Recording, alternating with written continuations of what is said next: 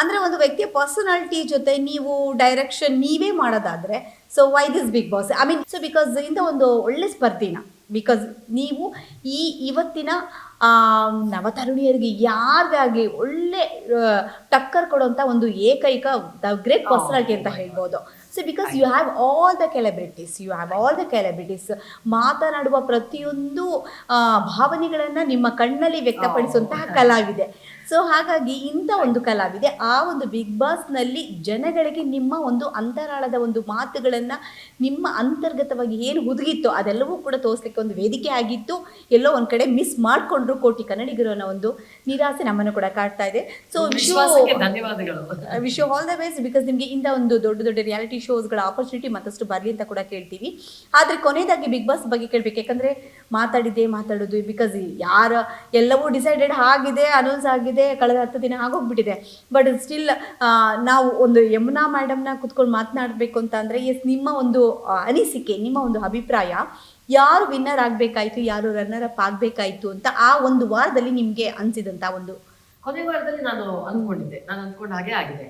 ಹನುಮಂತು ಅವರು ಗೆಲ್ತಾರೆ ಅಂತ ನನಗೆ ವೈ? ಯಾಕೆ ಅಂತಂದ್ರೆ ಅವರ ವ್ಯಕ್ತಿತ್ವ ಏನಿದೆ ಅಲ್ಲ, ಅವರಾಗೆ ಇದ್ರು ಒಂದು ವಿಚಾರ. ಇನ್ನೊಂದು, ಅವ್ರು ಯಾರ ಮನಸ್ಸನ್ನು ಒಂಥರ ತ್ರಿವಿಕ್ರಮ ಮಾಡಿಲ್ಲ ಬಿಡಿ ಆ ವಿಚಾರ, ಯಾರ ಮನಸ್ಸನ್ನು ನೋಯಿಸ್ತಿರ್ಲಿಲ್ಲ ಅವರು. ಆಮೇಲೆ ಸುದೀಪ್ ಸರ್ ಒಂದು ತುಂಬಾ ಒಳ್ಳೆ ಪಾಯಿಂಟ್ ಹೇಳ್ತಾರೆ. ಹನುಮಂತು ಅವರು ಫಿನಾಲೆ ಟಿಕೆಟ್ ತಗೊಂಡಾಗ ಸುದೀಪ್ ಸರ್ ಒಂದು ಮಾತು ಹೇಳ್ತಾರೆ, ವೆರಿ ವ್ಯಾಲಿಡ್ ಪಾಯಿಂಟ್. ನೀವೆಲ್ಲರೂ ನಿಮ್ಮಲ್ಲೇ ಒದ್ದಾಡ್ಕೊಂಡಿದ್ದೀರಾ, ಅದಕ್ಕೆ ನಿಮಗೆ ಮುಂದೆ ಹೋಗಕ್ ಆಗ್ತಾ ಇಲ್ಲ. ಹನುಮಂತು ಅವರು ಅವ್ರ ಮೇಲೆ ಮಾತ್ರ ಫೋಕಸ್ ಮಾಡಿದ್ರು, ಮುಂದೆ ಹೋದ್ರು. ಇದು ನೋಡಿ, ಬಿಗ್ ಬಾಸ್ ಅಂತ ಮಾತ್ರ ಅಲ್ಲ, ಜೀವನಕ್ಕೆ ಇವನ್ನೆಲ್ಲ ಪಾಠ ಅಂತ ನಾವು ತಗೊಳ್ಬೇಕು, ಲಿಂಕ್ ಮಾಡ್ಕೋಬೇಕು 100%. ಆಕ್ಚುಲಿ ಎಂಡೋಮೋಲ್ ಕಂಪ್ನಿಯವರು ಏನ್ ಈ ಬಿಗ್ ಬಾಸ್ ನ ಫಾರ್ಮ್ಯಾಟ್ ಮಾಡಿದಾರಲ್ವಾ, ಬ್ರಿಲಿಯಂಟ್, ತುಂಬಾನೇ ಚೆನ್ನಾಗಿದೆ, ನಿಜವಾಗ್ಲೂ ತುಂಬಾ ಚೆನ್ನಾಗಿದೆ. ಜೀವನಕ್ಕೆ ಬೇಕಾಗಿರುವಂತಹ ಅಂಶಗಳೆಲ್ಲವೂ ಅಲ್ಲಿದೆ, ಮೌಲ್ಯಗಳೆಲ್ಲವೂ ಅಲ್ಲಿದೆ. ಸೊ ಹಾಗಾಗಿ ಅದೊಂದು ಮಾತಲ್ಲಿ ಎಷ್ಟು ಅರ್ಥ ಇದೆ ಅಂತಂದ್ರೆ, ಅದು ನಿಜ. ಎಲ್ರು ಅವ್ರನ್ನ ಹೇಳಿದ್ರೆ ನಾವೇಲೆ ಹೋಗ್ಬೋದು, ಇವ್ರನ್ನ ಕುಗ್ಸಿದ್ರೆ ನಾವೇಲೆ ಹೋಗ್ಬೋದು, ಇದೆಲ್ಲ ಮಾಡ್ಕೊಂಡಿರುವಾಗ ಹನುಮಂತೂರು ಅವ್ರ ಮೇಲೆ ಫೋಕಸ್ ಮಾಡಿದ್ರು, ಅವ್ರ ಮುಂದೆ ಹೋದ್ರು. ಆಮೇಲೆ ಅವರು ಯಾರ ಮೇಲೆ ಅವ್ರನ್ನ ಕುಗ್ಗಿಸ್ಬೇಕು, ಅವ್ರಿಗೆ ಬೈಬೇಕು, ಇವ್ರಿಗೆ ಅದು ಇಲ್ವೇ ಇಲ್ಲ ಪಾಪ. ಅವ್ರಾಯ್ತು, ಅವ್ರ ಪಾಡಾಯ್ತು, ಅವ್ರ ಇದಾಯ್ತು.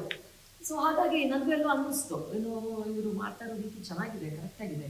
ಆಮೇಲೆ ಮುಗ್ಧ ಅಂತ ಅಂದ್ರೆ ಅದೇ ನನ್ನ ಏನ್ ಗೊತ್ತಾ, ನಮ್ ಜನ ಒಂದು ಮಿಸ್ಟೇಕ್ ಏನ್ ಮಾಡ್ಕೊಳ್ತಾರೆ ಅಂತಂದ್ರೆ, ಮುಗ್ಧ ಅಂತ ಅಂದ್ರೆ ಏನು ಗೊತ್ತೇ ಇಲ್ಲ, ಇನ್ನೋಸೆಂಟ್ ಅಂದ್ರೆ ಹುಟ್ಟಿದ ಮಗು ಇರತ್ತಲ್ಲ ಆ ರೀತಿ.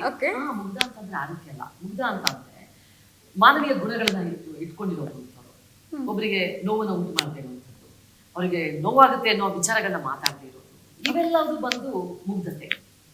ಸೊ ಹಾಗಾಗಿ ಅದೆಲ್ಲ ಹನುಮಂತೂರಲ್ಲಿದೆ.